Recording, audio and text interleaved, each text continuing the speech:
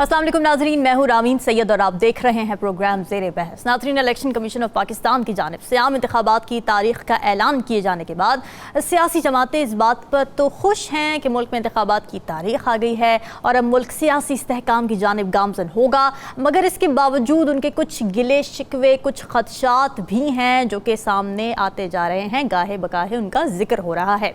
Secretary general peoples party हैं सैयद नैयर बुखारी साहब, वो डाउट कर रहे हैं इलेक्शन कमीशन और निगरान हुकूमत के नॉन पार्टिसन रोल को। उनका ये कहना है कि निगरान हुकूमत और नून लीग का गठजोड़ है जो कि बिल्कुल वाज़े है और इन दोनों इदारों को गैर जानिबदार रवैया और तर्ज अमल साबित करना होगा। फिर साबिक वफाकी वजीर मियाँ जावेद लतीफ़ ये कहते हैं कि पाकिस्तान के 2024 के जो इंतखाबात हैं उनमें लेवल प्लेइंग फील्ड और मुनसिफाना इंतखाबात होने चाहिए।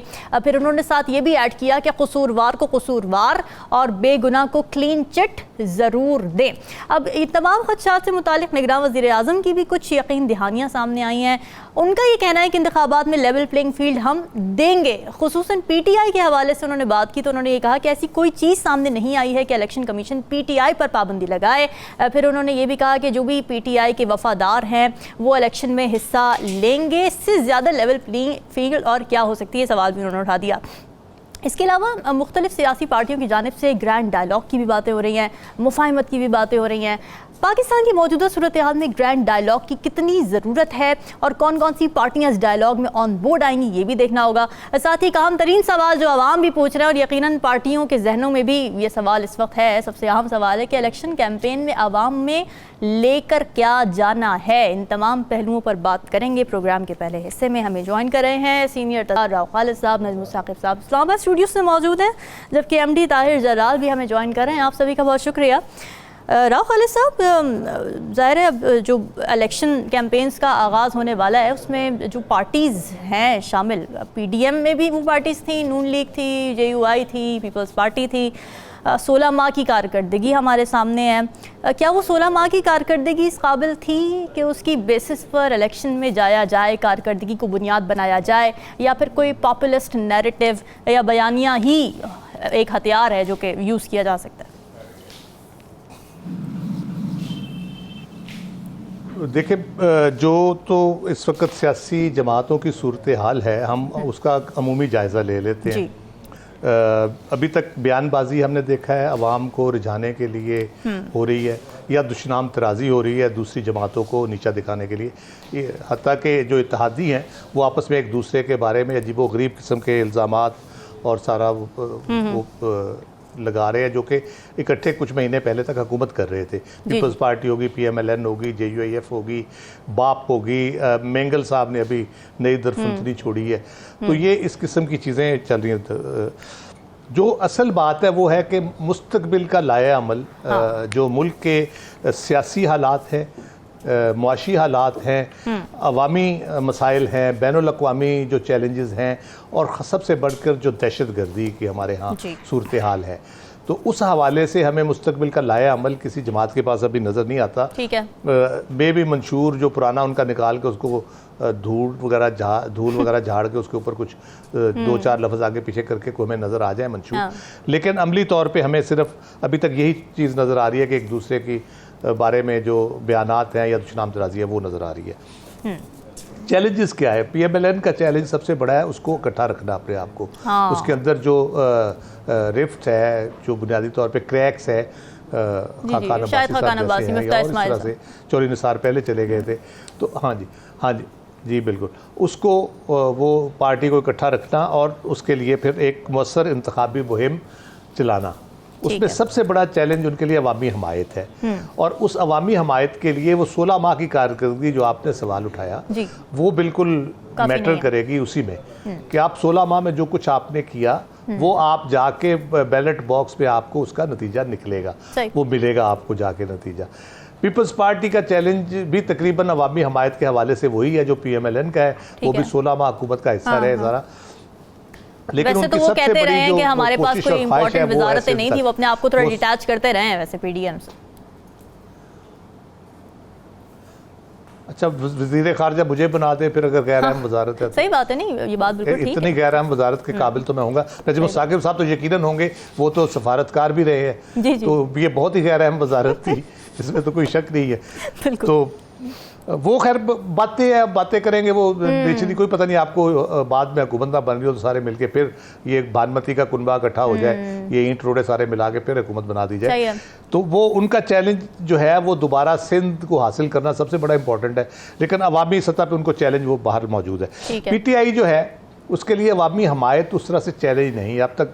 जो हम सूरत हाल देख रहे हैं, मुख्तलिफ आरा आ रही हैं, सर्वे आ रहे हैं, बाकी चीज़ें हो रही हैं, उनके लिए चैलेंज है इलेक्शन के लिए उनकी पार्टिसिपेशन और अपने इंतखाबी निशान के साथ, अपने लीडर के साथ और उम्मीदवार जो है उनके लिए वो सिलेक्ट करना, वो सबसे बड़ा चैलेंज है। और इस सूरत हाल में जबकि बहुत डेस्परेट है उसका वोटर वोट डालने के लिए भी और बाइकाट करने के लिए भी, दोनों सूरतों में वो बहुत डेस्परेट है। उसको मोटिवेट रखना इलेक्शन के दिन तक ताकि वो निकले और वोट डाले, तो फिर उसको फ़ायदा पहुंचे। उसका सबसे बड़ा चैलेंज इस वक्त जो है उम्मीदवार और वोटर को वोटिंग वाले दिन कायल करना कि वो वोट डाले, क्योंकि उसके वोट से ही ये तब्दीली आ सकती है। तो ये सारी जो जितनी भी चीज़ें हैं, जितनी सपोर्ट है इनकी, उसको वोट में ट्रांसलेट करना पार्टियों का ज़ाहिर चैलेंज हमेशा से रहता है। ये सबसे इम्पॉर्टेंट चीज़ें हैं। लेकिन आपस में ग्रैंड अलायंस इनका जो है वो ग्रैंड अलायंस, मैं ये कहूँगा कि इलेक्शन क्योंकि हो रहे हैं, अब इलेक्शन की डेट आ चुकी है, उसका शेड्यूल भी आ जाएगा। तो पाकिस्तान में इलेक्शन के ऊपर हमेशा सवालिया निशान होता है और उसके बाद हम देखते हैं धरने होते हैं, चैलेंज किया जाता है, बड़ी बदमज़गी रहती है। 5 साल पार्लियामेंट तो चल जाती है, लेकिन वो इलेक्शन के नताइज और उसके हवाले से बहुत बदमज़गी रहती है, हमेशा क्रेडिबिलिटी चैलेंज होती रहती है। तो सबको मिल के इलेक्शन कमीशन के साथ बैठ के, केयर टेकर गवर्नमेंट भी साथ बैठे, एक लायामल तय करे ऐसा कि जिसमें शफाफियत यकीनी बनाई जाए, जितनी भी हो सकती है। 100% तो नहीं होगी, यकीनन उसको कोशिश की जा सकती है कि कम से कम उस पर एतराज़ात हो और उसके नताइज को कबूल किया जाए। वो बहुत इंपॉर्टेंट होगा पाकिस्तान के लिए, पाकिस्तान की स्टेबिलिटी के लिए, पाकिस्तान के जमहूरी मुस्तकबिल के लिए। ठीक है नजमुल साकिब साहब, ज़ाहिर है जितना इंपॉर्टेंट ये है कि वक्त पे इलेक्शन हो, उतना इंपॉर्टेंट ये भी है कि शफाफियत भी उसमें इंश्योर की जाए। अब जो मुख्तलिफ पार्टीज़ की जानिब से रिजर्वेशन उठाई जा रही हैं, जैसे कि पीपल्स पार्टी भी बार बार ये कह रही है कि इलेक्शन कमीशन और जो निगरान हुकूमत है पंजाब की भी, वो गठजोड़ है उनका, ये रिजर्वेशंस कितनी रियलिस्टिक या कह सकते हैं कि जेन्युइन हैं? सबसे पहले तो रामीन आपको एक छोटा सा किस्सा सुनाऊंगा। अभी मैं प्रोग्राम के लिए जब घर से निकला तो रास्ते में एक जगह रुकना पड़ा, क्योंकि कोई हो रहा था, कोई इजलास हो रहा था फ़लस्तीन के सिलसिले में। अच्छा। इस्लामाबाद की सड़क पे, तो वहाँ पे एक जानने वाली खातून मिली, शबनम बीबी। तो मैंने ऐसे ही कहा, मैंने कहा अब रुके हुए हैं 15 मिनट तो यहाँ पे लगेंगे। मैंने उनसे पूछा ये इलेक्शन हो रहे हैं तो ये बताइए कि आप किसको वोट देंगी? तो उन्होंने कहा कि किसी को भी नहीं। ओह, ये बड़ी अहम बात बता रहा हूँ आपको, इससे आपको ज़ाविये पता लगेंगे कि अवाम क्या सोच रही है इस वक्त। मैंने कहा जी किसी को क्यों नहीं, किसी को क्यों नहीं? कहते देखे जी हमने पीपल्स पार्टी को वोट दिया, उन्होंने क्या हमारे लिए किया, हमने PMLN को वोट दिया, उन्होंने हमारे लिए क्या किया, और हमने इमरान खान की PTI को वोट दिया, उन्होंने हमारे लिए क्या किया। तो मैंने कहा वो क्या करते? कहते देखे ना जी, एक जगह से दूसरी जगह ट्रांसफ़र हमारी होती है और हमें जो 2 महीने की तनख्वाह है वो नहीं मिलती। फिर जिस अस्पताल में हमें अलाउड है वहाँ जाते हैं, वो कहते हैं जी कि यहाँ पे तो टेस्ट हो ही नहीं सकते, आपको टेस्ट बाहर से कराने पड़ेंगे। तो ये एक इंडिकेटर मुझे मिला। आप एक खातून पे या एक साहब पे तो बेस नहीं कर सकते, जी। लेकिन ये मुझे एक इंडिकेटर मिला और उससे मेरे दिमाग में 2 अहम और 2 गैर जरूरी सवाल पैदा हुए। मैं वो आप सबके सामने रखता हूं और कोशिश करते हैं उसका जवाब ढूंढने की।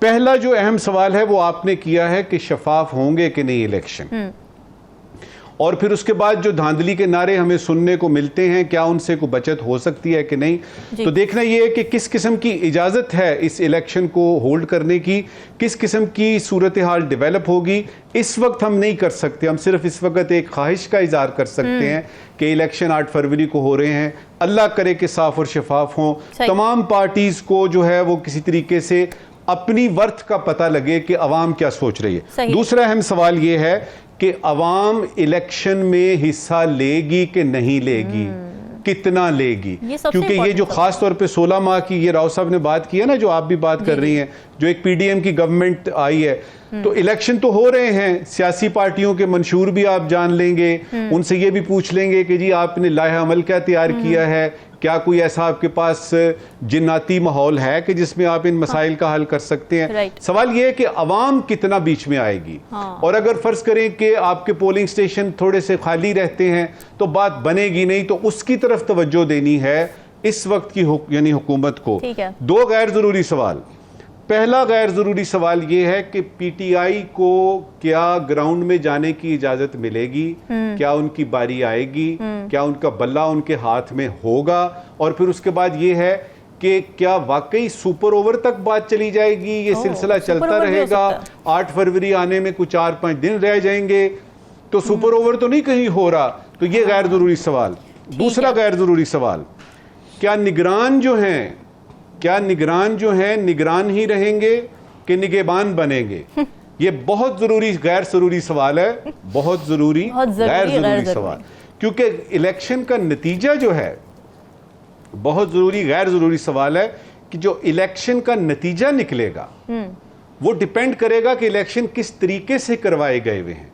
और जब ये निगरान हुकूमत बनी थी तो मैंने और राव साहब ने एक तफसीली गुफ्तगू की थी जी। और उसमें हमने अपने तौर पे ये फैसला किया था कि जो भी जहां भी मिनिस्टर लगे हैं, चाहे वो प्रोविंशियल गवर्नमेंट्स में चाहे वो फेडरल गवर्नमेंट में, तो उनकी हमें जो रास्ते हैं, जो बागे हैं, जो धागे हैं, जो ताने बाने हैं, वो किसी न किसी सियासी जमात से मिलते जुलते नजर आ रहे हैं। अब ये है कि कितना जोर चलेगा। तो ये निगरान जो हैं ये निगहबान बन के बात करेंगे, अपनी अपनी सियासी जमात को उसकी हमायत में कुछ हिसाब किताब करेंगे, या वाकई निगरानी करेंगे जो कि उनका आईनी और कानूनी फर्ज है। एग्जैक्टली। नतीजा क्या निकलेगा उस पे एक शेर सुना देते हैं आपको और फिर आप प्रोग्राम को लेके आगे चलिए। अब हवाएं ही करेंगी रोशनी का फैसला। वाह। अब हवाएं ही करेंगी रोशनी का फैसला, जिस दिए में जान होगी वो दिया रह जाएगा। वाह वाह, ये बड़ी अहम बात है एमडी साहब। ये जो हवाएं रोशनी का फैसला करने जा रही हैं, ये रोशनी नज़र आ रही है आवाम को? यहाँ से ज़रा बात को आगे बढ़ाते हैं। सिस्टम से जो मायूसी पाई जा रही है, नजमुल साकिब साहब ने जिसका तज़किरा किया, अब आम इंतखाबात में उतरने के लिए ये तो बड़ी रिस्पॉन्सिबिलिटी होगी तमाम सियासी जमातों पे कि कोई उम्मीद की किरण दी जाए। उम्मीद की किरण कहाँ से आएगी? आपको क्या लगता है सबसे अहम क्या होगा? बयानिया होगा, माजी की कारकर्दगी होगी, या फिर फ्यूचरिस्टिक पॉलिसी होगी, और ऐसी होगी जो कि रियलिस्टिक भी होगी, ना कि ऐसी जो IPP ने दी? इसमें यह है जी कि आज ज़ेर बहस में हम इस बात को ज़ेर बहस लाते हैं जी कि पाकिस्तान के जो इलेक्शन है ये तो इससे पहले भी होते रहे हैं, लेकिन इस दफा कोई डिफरेंट ये एक्सपीरियंस जो है ना तजर्बा हो रहा है। उसमें एक वजह तो मेरे हिसाब से ये भी है कि PDM की हुकूमत का जब खात्मा हुआ तो उसके बाद ज़ाहिर है कि टेकर सेटअप आ गया। इससे पहले जो है ना वो एक जमात की, जिस तरह नून लीग की, पीपल्स पार्टी की या PTI की हुकूमतें रही हैं, तो उसके हवाले से जब इलेक्शन में जाते थे तो वो सूरत हाल डिफरेंट थी। उस वक्त ये हुआ कि कुछ बहुत सारे मुख्तलिफ ख्याल जो लोग थे, सियासतदान, सबको इकट्ठा करके और PDM की हुकूमत बन गई। अब आने वाले इलेक्शन में मैं जो देख रहा हूँ वो ये होगा कि इसमें आम ख्याल जो लोग हैं उनको आपस में जोड़ा जाएगा। अच्छा, और वो आम ख्याल कौन लोग होंगे? वो इलेक्शन में अवाम के पास जाएंगे। और मैं यहाँ पे पीपल्स पार्टी, PTI और नून लीग के हवाले से बात करूंगा कि पीपल्स पार्टी, PTI और नून लीग तीनों जमातें जो हैं ये गुज़श्ता अदवार में हुकूमतों में रह चुकी हैं। बिल्कुल। अब ये अवाम ने फैसला करना है। इन्होंने तो हर जमात ने अपना अच्छा मंशूर देना है और लोगों को जो है ना वो कन्विंस करने की कोशिश करनी है, मोटिवेशन करनी है कि हमने ये किया, हमने वो किया। लेकिन इस वक्त मैं समझता हूँ कि सूरत हाल अगर खराब है या जमहूरियत जो है वो मुझे तो लगता है कि ये जमहूरियत जो है एक बार फिर जो है ना वो पटरी के ऊपर चढ़ने की तरफ जा रही है। और इस दफा 8 फरवरी को जो इलेक्शन होंगे उसमें इलेक्शन कमीशन का बड़ा रोल होगा, केयर टेकर सेटअप जो है इसका रोल होगा। और देखने की चीज जो आएगी सामने वो अभी आने वाले प्रोग्रामों में सियासी बातें भी होती रहेंगी और हालात बदलते रहेंगे। जो जो वक्त करीब आएगा वो बहुत सारी चीजें जो हमारे सामने आ जाएंगी और उससे अंदाजा हो जाएगा कि आने वाले वक्तों में क्या होने जा रहा है और किस जमात की हुकूमत आ रही है।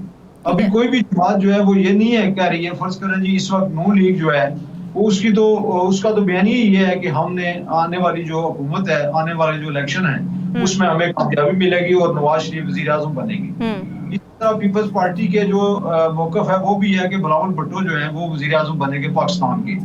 तो बात पीटीआई की रहेगी तो पीटीआई का शराजा बहुत हद तक तो बिखर चुका है, लेकिन फिर भी एक सियासी जमात के तौर पर वो मैदान में मौजूद है। और मैं ये समझता हूँ कि सबको आज़ादी से आज़ादाना, मुनसफाना और शफाफ इलेक्शन में बिल्कुल आइन के तहत हिस्सा लेने का हक हासिल होना चाहिए, उनको हक मिलना चाहिए।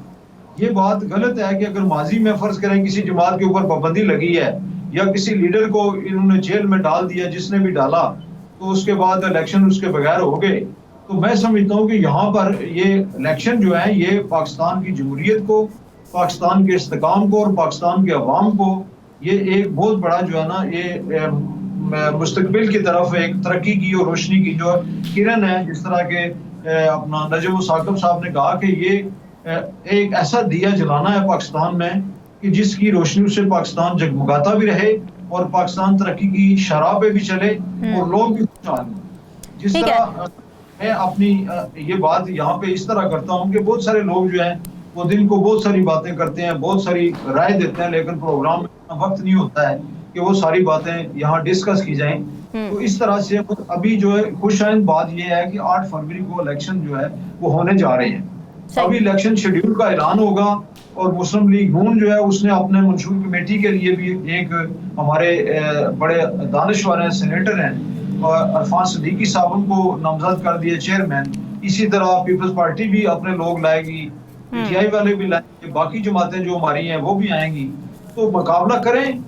देखिए अब फैसला तो अवाम ने करना है, लेकिन ये कोशिश हमारी होनी चाहिए, हम यहाँ बैठ के ये बात कर सकते हैं, अपनी राय का इजहार कर सकते हैं कि इलेक्शन कमीशन को और बाकी जितने भी मुख्तदर हल्के हैं उनको ये मेक श्योर करना चाहिए कि अवाम को इलेक्शन में हिस्सा लेने की हर तरह से आजादी होनी चाहिए और उनके ऊपर ये नहीं होना चाहिए कि वो अपनी मर्जी से वोट डालें, क्योंकि धांधली जो है ना वो ये तो हमारा एक वतीरा बन चुका है। कोई भी इलेक्शन हो उसमें जो आने वाली जमात है, आप किसी एक सूबाई हल्के से लेकर कौमी असम्बली के हल्के। एमडी साहब ये बात ठीक है, जाहिर है आज़ादी तो है, एक डेमोक्रेसी है हमारे मुल्क में, किसी को कोई मना तो नहीं कर रहा वोट डालने से, लेकिन वोट डालें किसको, ये बात है ना मायूसी की जो हम बात कर रहे थे, ये जो कदम एतमाद है मुख्तलिफ पार्टीज पर। आपकी बात ठीक है, पहले तो ये था कि कंट्रोल डेमोक्रेसी जो है ना उसका भी कंसेप्ट चलता रहा है, लेकिन अब वो जो वक्त जा रहा है इसमें कंट्रोल डेमोक्रेसी पाकिस्तान के लिए ठीक नहीं होगी। ठीक है। और उसमें ये तो डिपेंड करता है जमातों के ऊपर कि जमातें जो है वो अवाम के पास क्या लेके जाती हैं। और यकीनी तौर पर जिस तरह यहाँ पहले भी बात हुई है कि ये माजी का जो है ना वो अपना लेके जाएंगी, अपना एक प्रोग्राम लेके जाएंगी कि हमने जब हुकूमत संभाली, और उसमें वो कुछ चीजें जो है वो दूसरों के जुम्मे भी लगाएंगे कि हम ये करना चाहते थे, हम ये नहीं कर सके, वो करना था हम वो नहीं कर सके। ये तो एक इलेक्शन का जो है ना एक स्टंट बनाने के लिए ये चीजें चलेंगी।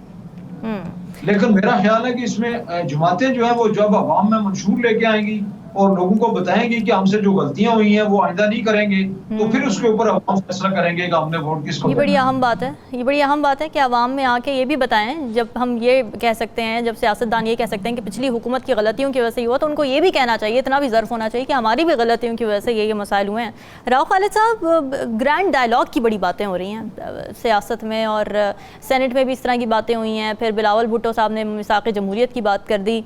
आपको लगता है इस मौजूदा सूरत हाल में ग्रैंड डायलॉग की कितनी इस वक्त ज़रूरत है, और कौन कौन सी पार्टियां आप देख रहे हैं जो कि इस ग्रैंड डायलॉग में हिस्सा ले सकती हैं, और ग्रैंड डायलॉग का एजेंडा होगा क्या, क्या फोर्सी कर रहे हैं आप?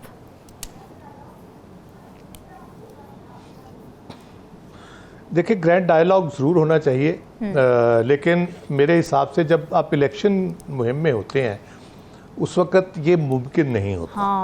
क्योंकि जिस किस्म की इलेक्शन कैंपेन हमारे यहाँ होती है उसमें आप देख ले, कल के दोस्त आज के दुश्मन बने बैठे हैं चंद दिनों में, और जिस तरह से एक दूसरे पे इल्ज़ाम तराशी दुश्मन तराजी हो रही है, तो हर बंदा इलेक्शन के हवाले से पॉइंट स्कोरिंग पे लगा होता है। तो अगर आप ग्रैंड डायलॉग करेंगे, इनको बिठाएंगे, ये निकल के भांत भांत की बोलियाँ बोलेंगे, कभी कोई कुछ बात करेगा कुछ करेगा, वो ग्रैंड डायलॉग का जो पर्पज़ है जिसमें आपको कंसेंसस बिल्ड करना है मुल्क की इकॉनमी के हवाले से, मुल्क की सलामती के हवाले से, मुल्क के फ्यूचर के हवाले से, मुस्तकबिल के हवाले से, पाकिस्तानी कौम जो जिसका एक यूथ बल जिसको कहते हैं, 60% आपकी पॉपुलेशन ऐसी है, उनको किस तरह से हमने रखना है, उनकी जो ब्रेन ड्रेन की एक बात की जाती है उसको किस तरह से रोकना है। बड़े सीरियस चैलेंजेस, सीरियस इश्यूज हैं। उसके लिए एक बड़ी कंड्यूसिव इन्वायरमेंट चाहिए और विलिंगनेस चाहिए पॉलिटिकल पार्टीज की तरफ से। तो वो विलिंगनेस कम से कम इलेक्शन के दिनों में आपको नजर नहीं आएगी, क्योंकि इलेक्शन के दिनों में तो आपको पता है ये पेट फाड़ रहे होते हैं, सड़कों पे घसीट रहे होते हैं। सही बात है, सही बात है। इलेक्शन के बाद यकीनन इलेक्शन बहुत इंपॉर्टेंट है कि इलेक्शन किस तरह का होता है, उस पे डिपेंड करता है कि हम आगे किस तरह से चलेंगे। ग्रैंड डायलॉग हो, भले भले मुल्क को सही सिमत में लेके जाना हो, उस पे सारी चीज़ें डिपेंड करती हैं। नजमुल साकिब साहब, ये बात ठीक है कि ज़ाहिर है इलेक्शंस के दिनों में ग्रैंड डायलॉग की कहाँ से बातें आ गई, जब पॉइंट स्कोरिंग करनी होती है, एक दूसरे पर इल्ज़ाम तराशियाँ करनी होती हैं, ग्रैंड डायलॉग की बातें कहाँ से आ गई इन दिनों? देखिए, ये जो स्कूल चल रहा है ना, काफ़ी अरसे से इलेक्शन वगैरह होते हैं हमारे यहाँ, तो ये जो स्कूल चल रहा है इसमें बड़ा ज़रूरी होता है कि हेडमास्टर क्या चाहता है। अच्छा। और उसमें हमने ये देखना है कि ठीक है, टीचर्स आ रहे आप इकट्ठे कर सकते हैं, लेकिन अगर टीचर्स की आपस में बात ना बनती हो तो एक जगह पे वो बैठ तो जाएंगे, लेकिन हर एक को कम से कम एक एक नवाले की तो हो ना, यानी उम्मीद हो कि मुझे भी एक नवाला उसमें से मिलेगा। तो डायरेक्शन डिपेंड करता है कि कौन सी सेट की जाती है, हेडमास्टर साहब क्या कह रहे हैं। उसके बाद टीचर्स जो हैं वो देखेंगे कि आपस के मामलात क्या बातचीत से तय हो सकते हैं। मेरे ख्याल में मसलहत बीच में होगी, ठीक है, जहां तक ये कि वो बात मान जाए, एक पार्टी दूसरी की मान जाए, दूसरी तीसरी की मान जाए, सवाल ही पैदा नहीं होता। और ये अगर हुआ भी ग्रैंड डायलॉग तो ये कुछ इस तरह का होगा कि इसका नतीजा हर पार्टी आएगी, एक प्रेस कॉन्फ्रेंस होगी कि जी असल में तो ये हुआ ही नहीं था, हमसे तो ये तय हुआ था। तो हेडमास्टर साहब भी उस वक्त कुछ नहीं कर सकेंगे। मेरे ख्याल में ये एक ख्वाहिश है, इसको हम विशफुल थिंकिंग कहते हैं, कि सारी पार्टीज मिलकर बैठें, क्योंकि अंदाजा ये हो चुका है सारी पार्टीज को कि कोई भी पॉलिटिकल पार्टी मेजॉरिटी में नहीं आ रही। अब उसमें मसला ये है कि प्राइम मिनिस्टर तो एक ही बनेगा ना, एक ही फॉरेन मिनिस्टर, एक ही फाइनेंस मिनिस्टर बनना है, तो उसमें हर कोई चाहेगा कि हमारी पार्टी। तो क्या आप ऐसी कोई तस्वुर में ला सकते हैं सूरत हाल के ग्रैंड हो रही है, ये डायलॉग हो रहा है? देखिए, डायलॉग जो है वो यूनाइटेड नेशंस में भी होते हैं, बड़ी बड़ी जगहों पे होते हैं, उसमें आप सिर्फ अपना मतमा नजर बताते हैं, हम ये चाहते हैं। नतीजा तो निकलना है, हेडमास्टर ने निकालना है, सिक्योरिटी काउंसिल ने निकालना है, उन्होंने करना है, जिनके पास ताकत है। तो कोई है ही नहीं ना, कोई गुंजाइश ही नहीं है डेमोक्रेसी में, तो for the people by the people है हेडमास्टर। चलें आगे बढ़ते हैं, जरा जलाल साहब को ले लेते हैं ऑन बोर्ड। मैं तो आप ओहो, ये तो मेरी राव साहब की, जलाल साहब की, आपकी, पाकिस्तान के 240 मिलियन लोगों की ये दुआ है कि ये शफाफ हो, हर पॉलिटिकल पार्टी को अपना मिले। लेकिन ये ग्रैंड जो अलायंस की बात है, देखिए कराएगा कौन, इसका ऑर्गेनाइजर कौन है, मुझे बताएं ना, इसका ऑर्गेनाइजर कौन है, और ऑर्गेनाइजर ने जो प्रोग्राम दिया है वो किधर है? तो मुझे ये हवा में बातें लग रही हैं, असल में वही होगा कि अंदरून खाने में हर पॉलिटिकल पार्टी किसी दूसरी पॉलिटिकल हम ख्याल पार्टी से बात करेगी, सीट एडजस्टमेंट होगी। अल्लाह अल्लाह खैर सल्ला 8 फरवरी तक। एमडी साहब, आपके हेडमास्टर पे जो खुशगुबानी है, उस पे एक बिसरा अर्ज करना चाहता हूं। शॉर्ट कमेंट कर दें इस बात पे। मरना जाते अगर एतबार। वाह वाह, जबरदस्त रहा खालिद साहब। एमडी साहब, इस पे आप जरा शॉर्ट कमेंट ऐड कर दें। आपको ये अलायंसेस होते बनते देख रहे हैं इलेक्शन से पहले, और क्या इलेक्शन के बाद कोई ग्रैंड डायलॉग होते देख रहे हैं, और किस चीज पे होगा ये डायलॉग? बिल्कुल जी, आपने सुना होगा कि जब एग्जामिनेशन होते हैं तो वहाँ एक निगरान होता है, वो निगरानी कर रहा होता है कि कोई बच्चा नाजायज राय इस्तेमाल न करे, उसके ऊपर होता है बेसिकली सुपरटेंडेंट। अब यहाँ एक सुपरटेंडेंट की जरूरत है जो ग्रैंड डायलॉग के लिए वो सारी चीजें जो है उनको इकट्ठी करके उनके सामने रखे, और उसके बाद नजर रखे कि इसकी कोई कौन वायलेशन कर रहा है। यहाँ इलेक्शन में तो ये है कि हर जमात जो है वो दूसरी जमात के खिलाफ इलेक्शन लड़ती है। जमात के उम्मीदवार एक दूसरे के खिलाफ अपनी कैंपेन करते हैं, वहाँ वो बड़ी फ्रेंडली ओनली होता है कि वो उसके खिलाफ उसके गले में माला डाल रहे होते हैं या उसको फूलों के हार पहना रहे होते हैं। वो सब हमारी जो तारीख है वो इस तरह की है कि वो एक दूसरे के खिलाफ ही बातें करते हैं। शॉर्ट सा कमेंट्स यही है इस हवाले से कि इसमें यहाँ जो अगर ग्रैंड डायलॉग की बात हो रही है, बहुत अच्छी बात है और मुल्क के लिए ये जरूरी है। ठीक है, आप मुज़ाकरात के बगैर कोई चीज भी जो है ना वो आगे नहीं बढ़ सकती। हमने पिछले हफ्ते में पिछली गवर्नमेंट में उसके बाद की गवर्नमेंट में देखा कि मुज़ाकरात का अमल जो था वो बिल्कुल बुरी तरह जो है ना मुतासर हुआ, जिसकी वजह से हालात यहाँ तक पहुंची। अब यहाँ टेंट इलाके के लिए एक सुपरटेंडेंट साहब की जरूरत है और मेरे ख्याल में वो किरदार जो है अभी सदर पाकिस्तान जो है वो अगर चाहें तो वो किरदार अदा कर सकते हैं। वो एक वाने सदर जो है वो अभी पूरे पाकिस्तान का एक मरकज मौजूद है। ठीक है नाज़रीन, डिस्कशन का सिलसिला जारी है, वक्त एक ब्रेक करते हैं।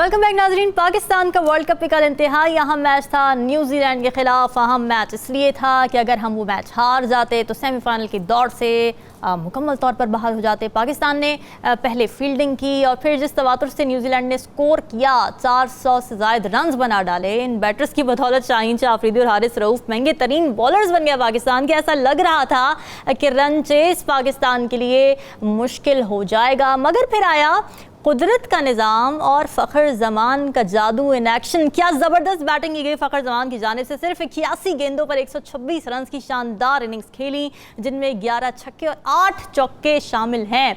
फिर मैच बारिश के बायस महदूद हो गया, जिसके बाद पाकिस्तान ने न्यूजीलैंड को डकवर्थ लुइस मेथड के तहत 21 रन से शिकस्त दे दी।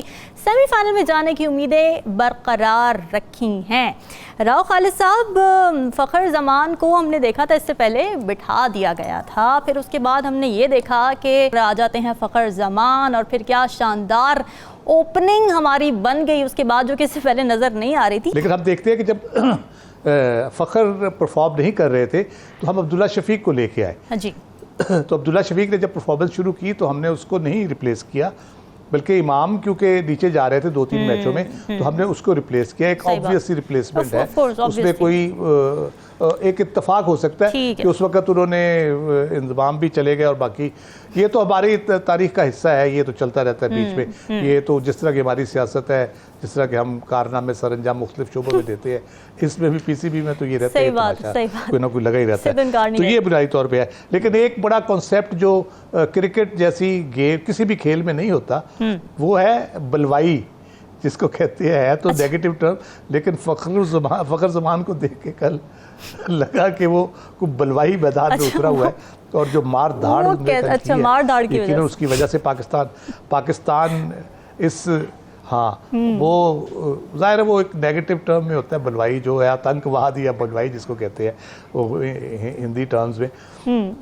तो वो उसने इस तरह का रोल प्ले किया है और उससे एक्सपेक्ट किया जा रहा था। इससे पहले मैच में बहुत अच्छा खेले और एक स्ट्रेटजी के तहत, उन्हें प्लानिंग के तहत, हर मैच में प्लानिंग के तहत ही आते हैं। समटाइम्स आपकी प्लानिंग कामयाब होती है, समटाइम्स नहीं होती, समटाइम्स दूसरी टीम ज़्यादा प्रिपेयर्ड होती है और क्रिकेट को बाई चांस कहा जाता है, कई लग जाते हैं। आज आप देखें साउथ अफ्रीका और उसका जो मैच इंडिया का चल रहा है, उसमें जो जेनसन बेहतरीन बॉलर है और ऐसी बेहतरीन स्विंग करता है, इन कटर जो करता है, वो बहुत अच्छा बॉलर है और खेले देता आराम से। उसको इतनी कुट पड़ी है, इतनी धुनाई हुई है उसकी, उनके निगीती की और रबादा की भी।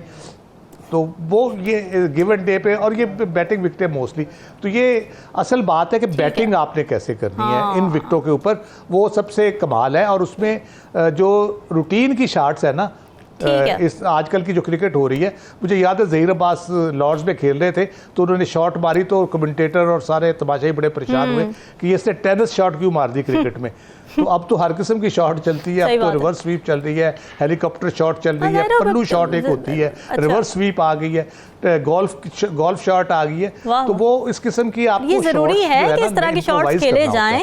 मॉडर्न क्रिकेट है, तेज खेलना पड़ेगा और फ़खर ज़मान ने बिल्कुल उसी हिसाब से खेला। नजमू साकिब साहब, अब इंग्लैंड के साथ हमारा मैच है आगे, अब ज़ाहिर है हमारा जीतना बहुत इंपॉर्टेंट है और अच्छे रन रेट से जीतना हमारा इंपॉर्टेंट है।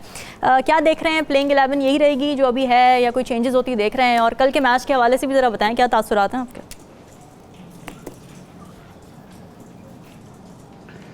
देखिए, ये राव साहब ने जो बात की या आपने जो बात कर दी, ये तो सारे का सारा तबसरा हो गया कल का कि फ़खरिया पेशकश ज़मान की।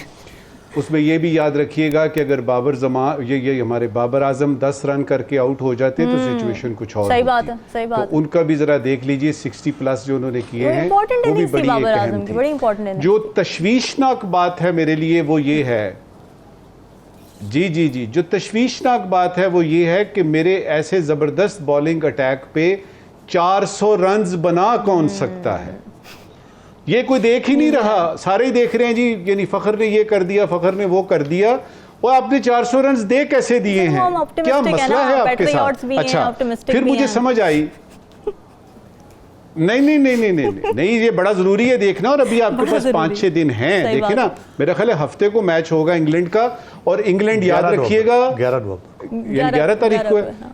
इंग्लैंड याद रखिएगा कि इस वक्त बॉटम पे है, it doesn't have anything to lose, और वो बड़ा खेलेगा जीदारी के साथ, कम से कम आखिरी मैच तो। अच्छा, उसमें आपने जो बात की है ना, यानी इस वक्त तो हम चेंज नहीं कर सकते, बस में बैठने से पहले आदमी देखता है कि भाई ड्राइवर कौन सा है, इस वक्त तो जिस तरह चल रही है इसको चलने दीजिए, और अगर उसको इमामुल हक को किसी ने मिस किया है कल तो वो केन विलियमसन था, उसने उसको बड़ा मिस किया है, क्योंकि अगर वो होता तो शायद स्कोर जो है वो इस तरह से। आपने प्लेइंग 11 की बात की है, जी जल्दी से बता दें। नॉर्मली रामीन ट्रेडिशन ये है कि जो विनिंग आपका होता है, यानी होता है कॉम्बिनेशन, उसको आप रखते हैं। बिल्कुल। लेकिन मुझे किसी वजह से आगा सलमान की जब बॉलिंग की बात आई, उसने जो बॉलिंग की मुझे कुछ उसमें जान नजर नहीं आई। ठीक है, बाकी सारे के सारे वैसे ही रखें। 2-3 बातें जरा, साउथ शकील जो कि नेदरलैंड के मैच में आपका मैन ऑफ द मैच था, उसको जरूर रखें, वो आपका कुशन है। एक चेंज जो मैं प्रपोज कर सकता हूं वो है आगा सलमान की जगह अगर आप मोहम्मद नवाज को ले लें। अच्छा। या अगर शादाब फिट हो गया है और उसने वो जो उस दिन गड़बड़ की थी उसको माफ कर दिया गया है, तो मेरे ख्याल में शादाब बड़े मैच का प्लेयर है और ये बड़ा इंपॉर्टेंट मैच है। तो आगा की जगह आप या नवाज को रख लें, या मेरी ख्वाहिश होगी कि आप उसको रखें। ये है जी आपका, जो आपकी प्लेइंग 11 की आपने बात पॉइंट आ गया आपका। एमडी साहब, कल एक सेंचुरी फखर जमान ने मारी, कुछ सेंचुरियां मारते मारते हमारे अपने बॉलर्स रह गए। शाहीन शाह अफरीदी ने 90 रन दिए, 10 ओवर कराए। हारिस रऊफ ने 85 रन दिए, 10 ओवर कराए। बॉलिंग अटैक में इस वक्त आपको क्या क्या फॉल्ट्स नज़र आ रहे हैं? किसको होना चाहिए, किसको जाना चाहिए? अगला मैच हमारा बड़ा अहम है। देखें जी, कल तो फखर जबान ने जो है ना वो फखर पाकिस्तान का एक रोल अदा किया है, और उसमें जो है ना बिल्कुल राव साहब ने, नजम साहब ने जो कहा है कि 400 रन एक बहुत बड़ा पहाड़ है, उसको छेद करना जो है ना मुश्किल है। लेकिन पाकिस्तान की टीम जो है वो बस अल्लाह ताला ने करम नवाजी की, हमारी ओपनिंग जो जोड़ी थी उसने शाराना खेल पेश किया, और ये तो हैरान कुन बात थी कि अगर ये फखर जमान ने 11 छक्के और 8 चौके लगा दिए, और इस तरह से अगर वो मुताद बैटिंग करते, और इसी तरह हमारे जो बॉलिंग अटैक है उसमें भी मैं यहाँ कहना चाहूंगा कि जो हमारे क्रिकेट टीम के कप्तान है बाबर आजम, उनको जो है वो अपनी हिकमत अमली जो है वो आइंदा जो मैच आने वाला है इंग्लैंड में, इंग्लैंड पाकिस्तान के साथ, उसमें मौके की मुनासबत से उनको अपनी स्ट्रेटेजी चेंज करनी चाहिए। अच्छा। उनको सबसे पहले तो अगर टॉस जीत जाते हैं तो टॉस जीतने के बाद उनको बॉलिंग जो है ना, बॉलिंग के हवाले से उन्होंने अगर बैटिंग का उनको देना है कि टारगेट क्या होगा, तो सबसे पहले उनको चाहिए कि वो हमारे जो बॉलर हैं उनको, जिनको पहले पिछले मैच में मार पड़ चुकी है, उनको भी अपने मौका दें। ये नहीं है कि क्रिकेट बाई चांस इस तरह भी बात हो रही है, क्रिकेट में तो हो जाता है कभी। अब कोई सोच सकता था कि न्यूजीलैंड जो है वो मैच हार जाएगा, लेकिन 400 का टारगेट देखने के बाद तो बिल्कुल नहीं लग रहा था। इसमें रामीन साहब, मेरी, आपकी और नजम साहब की और राव साहब की दुआएं और पाकिस्तान के करोड़ों अवाम की दुआएं भी पाकिस्तान टीम के साथ शामिल थी, तो बारिश वो भी एक सबब बनी, वरना 400 रन हासिल। चलिए जी, देखते हैं अब आगे के मैच के लिए बड़ा अहम, उसके लिए क्या स्ट्रैटेजी बनाई जाती है, प्लेइंग 11 में कौन कौन शामिल होता है और किसकी रिप्लेसमेंट आती है। डिस्कशन आपने सुनी, हमें दीजिए इजाजत। अल्लाह हाफ़िज़।